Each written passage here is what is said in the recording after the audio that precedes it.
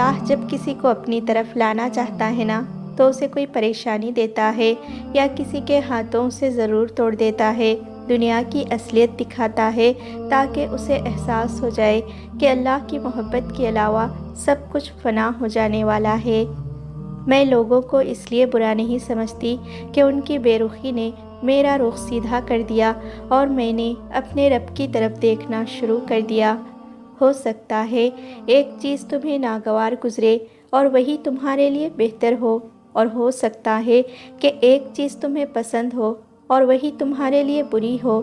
اللہ جانتا ہے، تم نہیں جانتے۔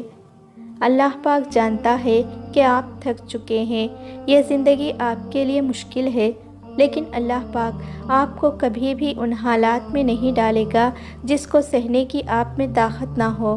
یقین کریں، آپ کے صبر سے زیادہ نہیں آزمائے گا وہ۔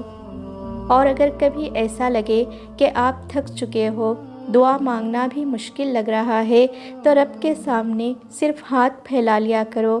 تمہارے پھیلے ہاتھ اس بات کا ثبوت ہیں کہ تم رب کائنات کے محتاج ہو، اور بے شک ہمارا رب تو خاموشیوں کو بھی سن لیتا ہے۔ ہمارا اور رحمان کے عرش کا فاصلہ ایک آواز دینے کا ہے جو سچے دل سے نکلی ہو۔ وہ رب کریم خود فرماتا ہے، تم مجھے پکارو، میں تمہاری پکار کا جواب دوں گا۔ اللہ پاک آپ سب کی جائز دعائیں قبول فرمائیں، آمین۔